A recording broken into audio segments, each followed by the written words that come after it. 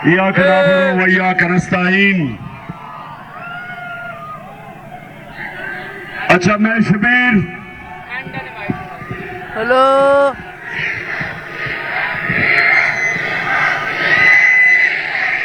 जी बिल्कुल ठीक कह रहे हैं। डीजल की कीमत, शहबाज शरीफ,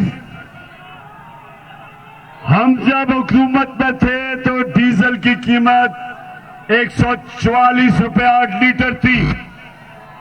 पेट्रोल 150 रुपए लीटर था। तब दुनिया के अंदर आलमी मार्केट में तेल 102 से लेके 120 तक गया। $102 से लेके 120 तक गया। आज तेल आलमी मार्केट में 95 रुपए है, हमारे से भी सस्ता जब हम थे। तो सवाल यह है कि क्यों लोगों का खून चूस रहे हो? इतना ज्यादा महंगा पेट्रोल और फजलुर रहमान को इतना महंगा करके।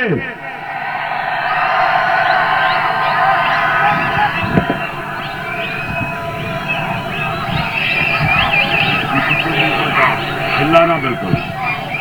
फजलुर रहमान हज करके आया हो। मैं अल्लाह से दुआ करता हूं कि शायद आपके दिल में वो कोई ईमान डाल दे कि आप कम से कम डीजल के परमिट पे अपना जमीन नहीं बेचेंगे।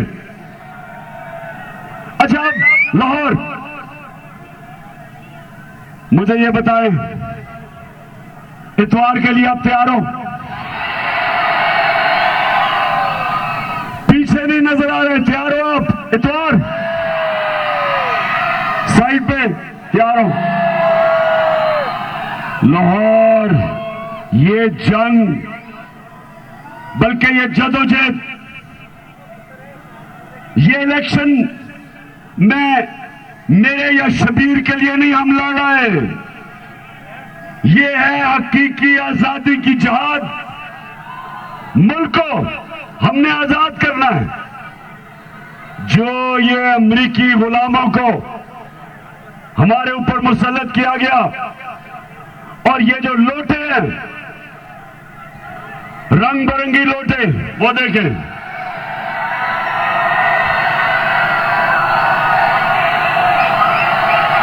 लोटा क्या होता है? लोटा वो होता है जो अपना ज़मीर बेचता है, अपने ज़मीर का सौदा करता है, जिसका कोई किबला नहीं होता। बल्कि मैं तो इससे आगे जाऊंगा। ला इलाहा इल्लल्लाह का मतलब कि अल्लाह, तेरे सिवा किसी के सामने ना हम झुकते हैं, ना हम डरते हैं, और हम कभी अपने ज़मीर का सौदा नहीं करते, क्योंकि अल्लाह हक है, सच का खुदा है। जो भी अपना ज़मीर बेचता है, मेरी नजर में वो शिर्क करता है। सिर्फ बुतों के सामने झुकना शिर्क नहीं, खौफ के बुत की पूजा करना भी शिर्क है। पैसे के बुत की पूजा करना शिर्क है। अपने ज़मीर का सौदा करना शिर्क है। मैं अपनी कौम को आज, सारी कौम को आज कहता हूं कि 17 तारीख को सिर्फ एक बाय इलेक्शन नहीं है, ये मुल्क के मुस्तकबिल का फैसला होने जा रहा है। फैसला होगा कि क्या ये कायदे आजम का पाकिस्तान बनेगा, या ये चोर और लुटेरे जो 30 साल से इस मुल्क का खून चूस रहे हैं, क्या इनको फिर बारी हम अपने ऊपर मुसल्लत करेंगे, जो आके मुल्क का पैसा चोरी करके बाहर। मुझे ये बताएं, कितने दुनिया के सरबराह मुल्क पॉलिटिक्स करते हैं एक मुल्क पे, और उनके महलात है दूसरे मुल्क में। मुझे कहना है, नरेंद्र मोदी के कितने बाहर महलात हैं, कितने फ्लैट हैं इसके लंदन में? कितने ईरान के सदर के कितने बार फ्लैट्स हैं? सिर्फ जिन मुल्कों के अंदर हुक्मरान चोरी करते हैं, वो मुल्क से बाहर पैसा भेजते हैं, जो अपने मुल्क में सिर्फ पैसा बनाने आते हैं, वो पैसा बाहर लेके जाते हैं, वो बाहर बड़े बड़े महलों में रहते हैं। कौन सा दुनिया का लीडर है जो 3 दफा प्राइम मिनिस्टर बना और उसके 2 बेटे लंदन में बैठ के कहें कि जनाब हम तो पाकिस्तान के शहरी नहीं, हम तो ब्रिटिश पासपोर्ट होल्डर हैं? सुना कभी? और वो क्यों कहते हैं कि हम बर्तानिया के शहरी हैं? क्योंकि आपका पैसा चोरी करके वहां बड़े बड़े महलों में बैठे हुए हैं। और जब नैब ने बुलाया, बताया कि जनाब, पूछा कि किधर से पैसा आया, 10 अरब के घर में एक रहता है नवाज का बेटा हसन शरीफ, और ये जो 4 बड़े बड़े महलात हैं, इनकी मालिका कौन है? कौन है इनकी मालिका?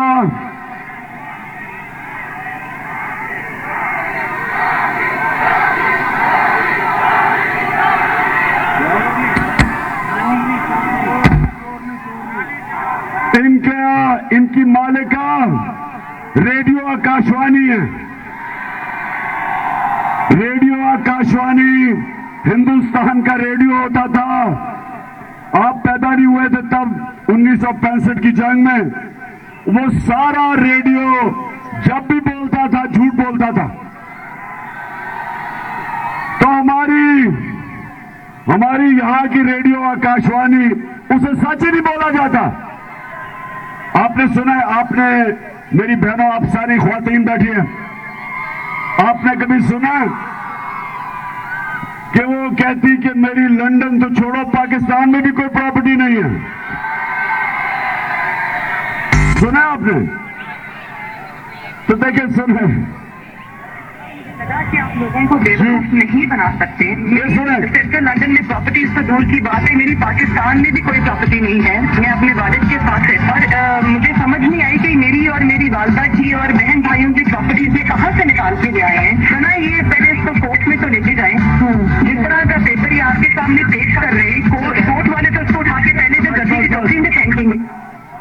यानी कि मरियम शायद ये कह रही थी कि मेरी लंदन तो छोड़ो, पाकिस्तान में कोई कम से कम 10 अरब से कम प्रॉपर्टी नहीं है। तो पाकिस्तानी सुनो, ये लुटेरा खानदान और दूसरा वो जो सिंध का बड़ा डाकू जरदारी है, आप सब मेरी टीम हो। 26 साल से इन 2 डाकुओं खानदानों के खिलाफ मैं जहाद लड़ रहा हूं। आप सब ने मेरे साथ मिलके इनको शिकस्त देनी है। हाथ खड़ा करके बताएं, आप साथ खड़े हैं? आप बेफिक्र हो जाएं, आपके कप्तान को मुकाबला करना आता है। ये बुशरा कंपायर अपने साथ मिला ले। एक मिस्टर एक्स, उसको खास हुक्म मिला हुआ है कि उसने इनको इलेक्शन जिताना, चोरों को। मिस्टर एक्स का आप भी कान खोल के सुन लो, जो मर्जी कर लो तुम, ये कौम फैसला कर बैठी है और आपको इन चोरों को और लोटों को जिताने के लिए धांधली नहीं करनी पड़ेगी, धांधला करना पड़ेगा। तब्दीली नहीं रही, तब्दीली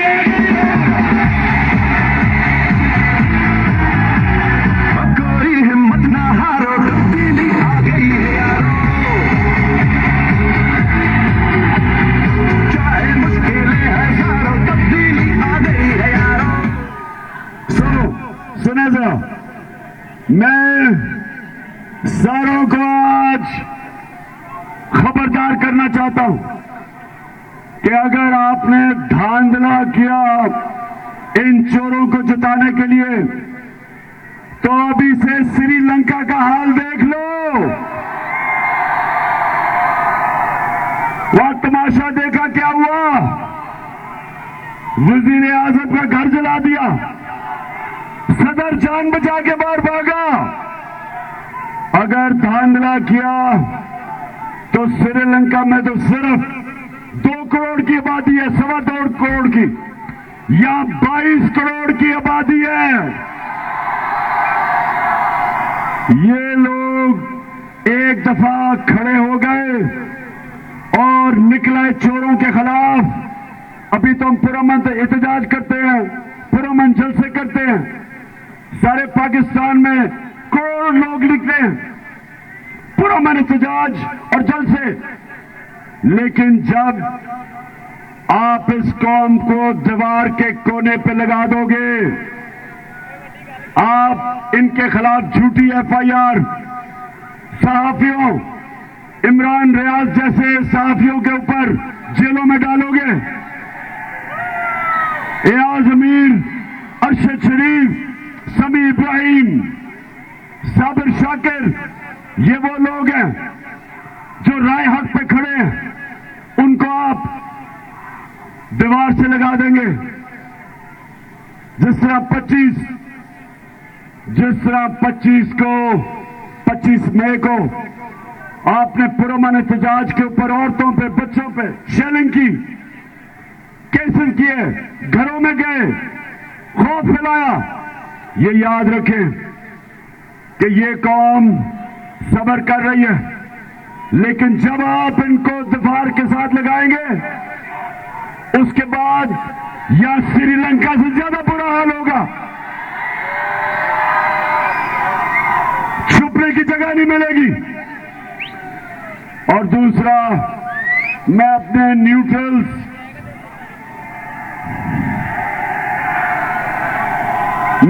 न्यूट्रल से सवाल पूछना चाहता हूं कि अगर घर के ऊपर डाकू पड़ जाए तो चौकीदार कहेगा कि मैं न्यूट्रल हूं। हमारे मुल्क पे डाकू मुसल्लत हो गए बैरूनी साजिश के तहत, तो क्या जिनके पास पावर थी, जो मुल्क के मुहाफिज थे, क्या आपकी कोई जिम्मेदारी नहीं थी इन चोरों और डाकुओं का रास्ता रोकने के लिए? और मैं ये आगे पूछता हूं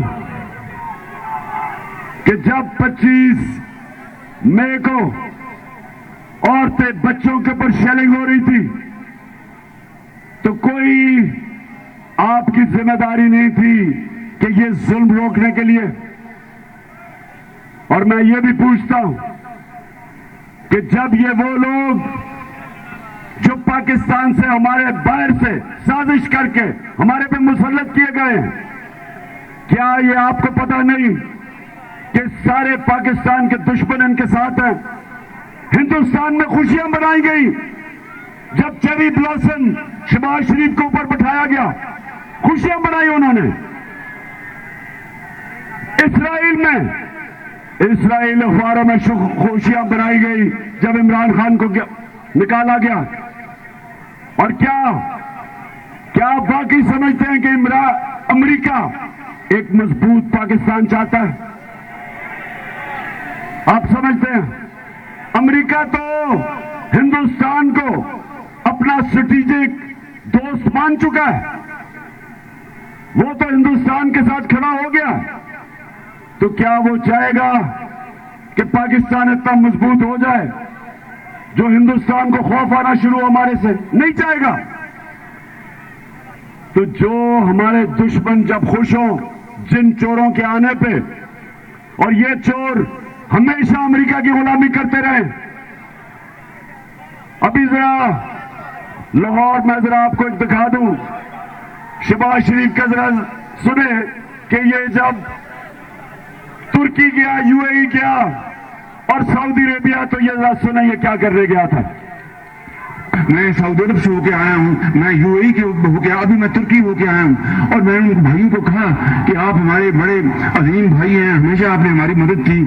और मैंने यही कहा, जब मैं आया हूँ तो आप समझेंगे शायद ये मांगने आया, मैं मांगने नहीं आया, लेकिन मजबूरी है। जिस तरह माजी में 75 साल में आपने हमारा हाथ बटाया है, कुछ ऐसा आप हाथ बटा। मैंने कहा मैं वादा करता हूँ कि इंशाअल्लाह हम पूरी कौम हम मिलकर दिन रात मेहनत करेंगे, पसीना कराएंगे, अपने पाँव पे खड़े होंगे। बड़ी मजबूरी है शहबाज शरीफ, मैं भीख मांगने नहीं आया, मैं मजबूर हूं। क्या इसको आप अपना वजीर आजम मानते हो? कभी भिखारी को कोई वजीर आजम मानता है? कोई अपने आप को ऐसे जलील करे, हमारी सारी कौम को भी शर्मिंदा करवाए। एक गैरतमंद कौम, खुददार, ला इलाहा इल्लल्लाह पे नारे पे बनने वाली कौम कैसे इस चूहे को वजीर आजम मान ले? अच्छा, अब जरा देखें, बड़ा भाई कोई कम नहीं है इससे। बड़ा भाई गया अमेरिका, अमेरिकी सदर को मिलने गया। जरा तमाशा देखें कि अमेरिकी सदर को कैसे मिल रहा है।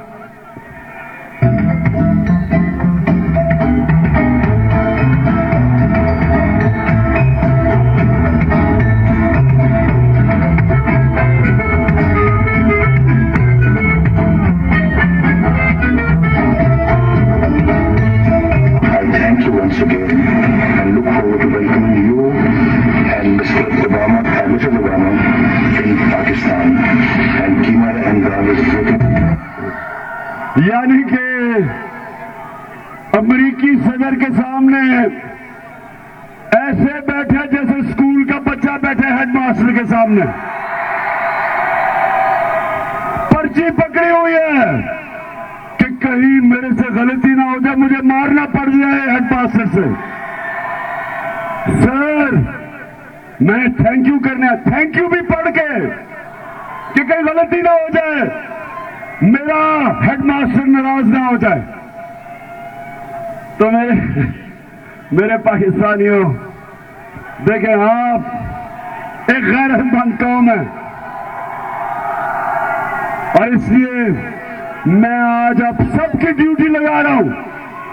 आपने सबने मेरे से वादा करना है, सुबह सुबह अपने इतवार को पोलिंग स्टेशन पे पहुंचना है, लोगों को निकालना, खुद लेके आना। और ये जो सजा अंडर ट्रायल मुल्जिम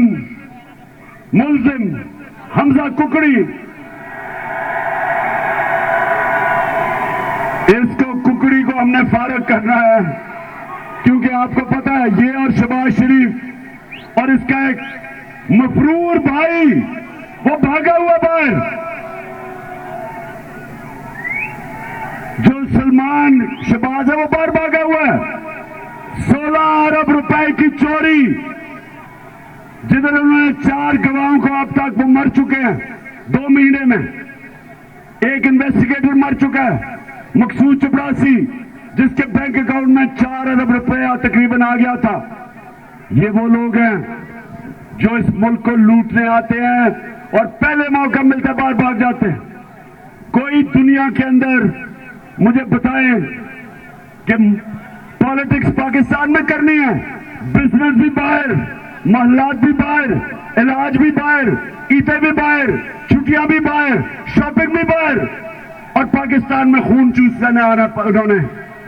तो इसलिए इंशाअल्लाह मेरे लाहौरियों तैयार हो जाओ। इतवार का इन्होंने बड़ी धांधली करनी है, मैं भी बता रहा हूं। आज तक ईमानदारी से कुछ नहीं कर सके।